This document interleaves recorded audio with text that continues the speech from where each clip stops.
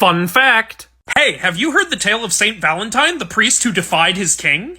There are actually a few different legends about Saint Valentine, and some say that's because there were actually 3 different men who shared the name, but for the sake of this video, I'm going to merge them all into one. During the 3rd century, Roman Emperor Claudius II outlawed marriage for all young men, believing his soldiers would be more effective if they weren't distracted by love. But a priest named Valentine considered this law to be very unjust, and so continued to wed people in secret for some time, and when Claudius found out, he ordered that Valentine be arrested, imprisoned, and executed. While he was in prison leading up to his execution, Valentine wrote a letter to a woman who was very dear to him, and he signed it "From your Valentine." This is supposedly the origin of giving out Valentine's cards. Saint Valentine was then executed on February 14th, but he certainly got the last laugh because that day has now been completely transformed into a time when we celebrate him and everything he believed in.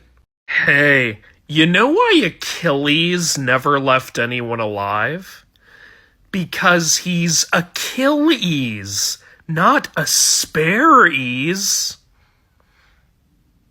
Okay, so here's something about Loki that I don't really get. So after Loki causes the death of Balder, the other Norse gods punish him by tying him down to a rock in a cave, and then they put a snake above his head and it drips venom on his face, and they basically just leave him there for all eternity until Ragnarok. And apparently Loki can't escape from this, but it's been established multiple times in Norse mythology that Loki can shapeshift. So what's stopping him from just turning into something small and slipping out of there to freedom? Is he into the bondage? It is Loki. I think he's into the bondage. Fun fact! Did you know that several of the Greek mythological stories where the gods behave atrociously are actually retellings done by a man named Ovid?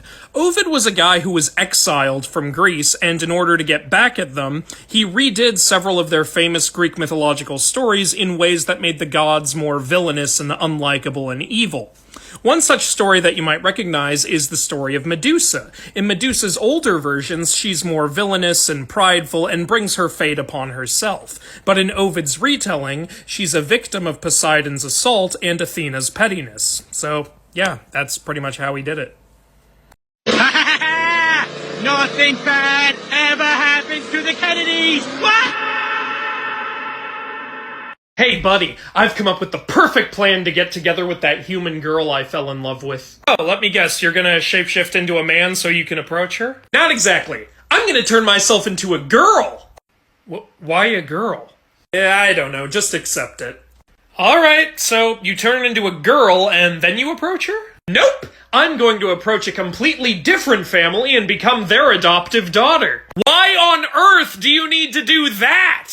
Man, you ask a lot of questions. Anyway, after I do that, then I will approach the girl I'm in love with. Okay, so this is where you get together with her. No. See, first I need to become her maid. Alright, that's it, dude. What the hell are you doing? Well, come on, bro. Why can't you just be supportive? It just seems like you're adding in a bunch of steps that are pointless and don't accomplish anything, but I guess it doesn't matter so long as you get the girl. Actually, I never get the girl. I'm gonna run away and abandon her before anything can happen.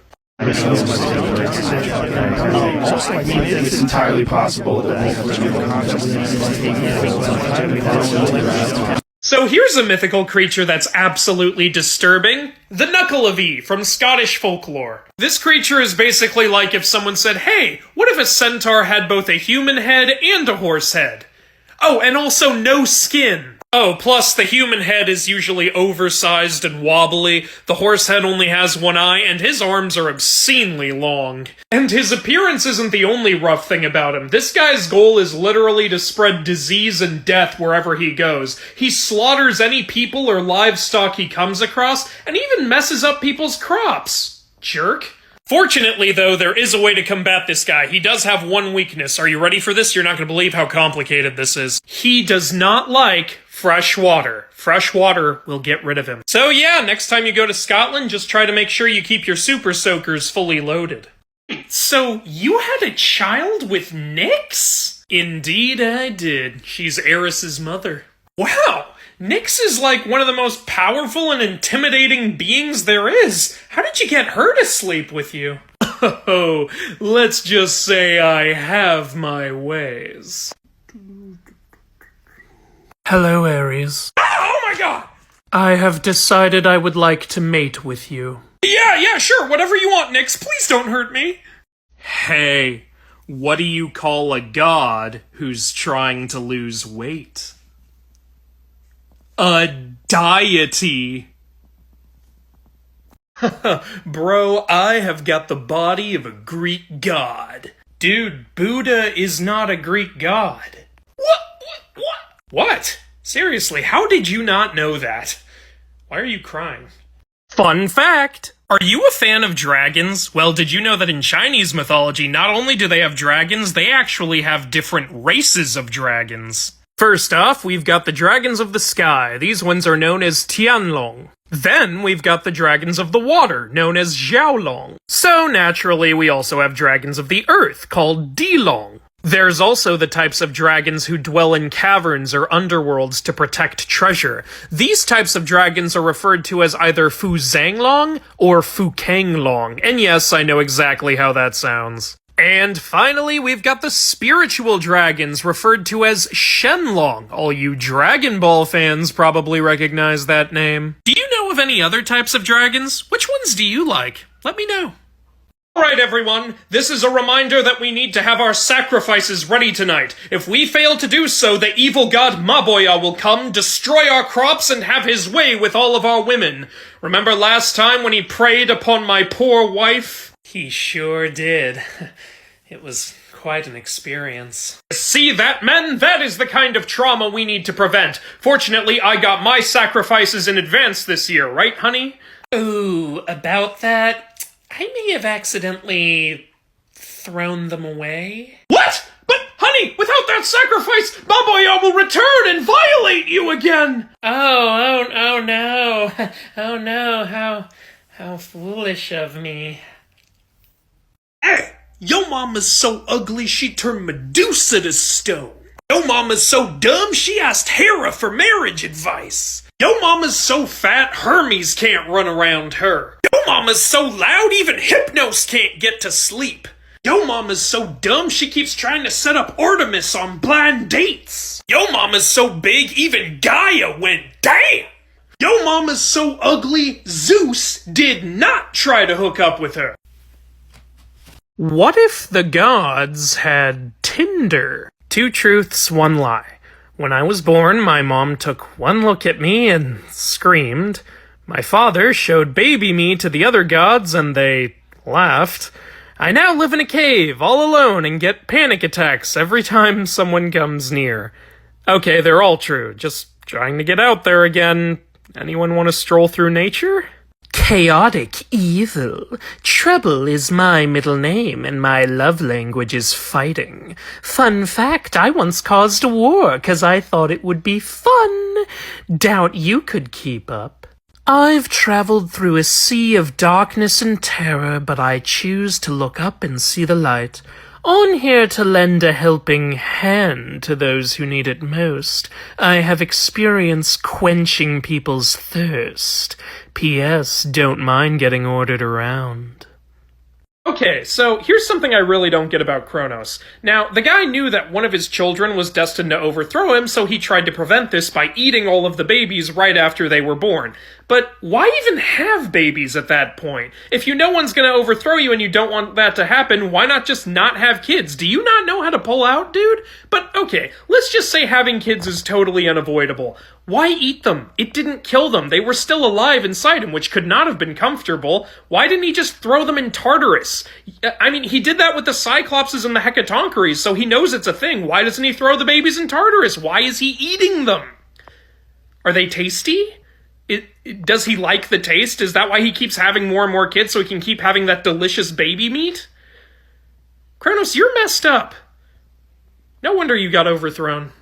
Oh yeah, I'm a Greek god, and maybe if you're interested we could go out sometime? Why did I expect any different? What is something you found out late in life that you should have known earlier but you just didn't? When people give you rules or restrictions, there's usually a good reason behind them, and you should follow them. And not let your curiosity get the better of you. Like if somebody, for example, just off the top of my head, trusts you with something that you're not supposed to open and they tell you not to open it, just don't open it. Because, if you do, you just might end up being the root cause of every single bad thing that ever happens after that point. And people don't like you very much after that. You don't get invited to anything anymore.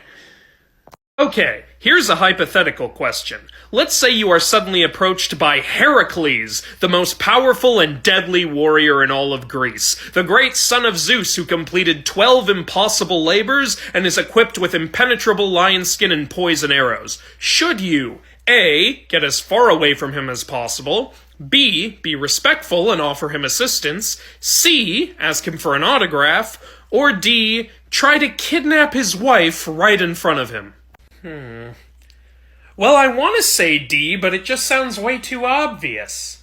Hey, here's some stuff you might not know about Aphrodite. Because she's the goddess of love and beauty, a lot of people assume she must just be a really loving, caring, kind woman, and she does have her moments. But the Greek gods have a tendency to do really messed up stuff, and this one is no exception. Aphrodite can be extremely vain, short-tempered, and jealous. She has gone out of her way to torture and curse women who she's jealous of, including Eos and Psyche. And her vanity is so important to her that in order to win a beauty contest, she bribed the judge by offering him the hand of a woman who was already married. And that's how the Trojan War got started. One really messed up story is when a woman boasted that her daughter was more beautiful than Aphrodite, so Aphrodite punished the daughter by giving her an insatiable lust for her own father. Ew! Now, fortunately, she's not all bad. There are times when she does some really nice things for people, but at the end of the day, Aphrodite ain't no saint.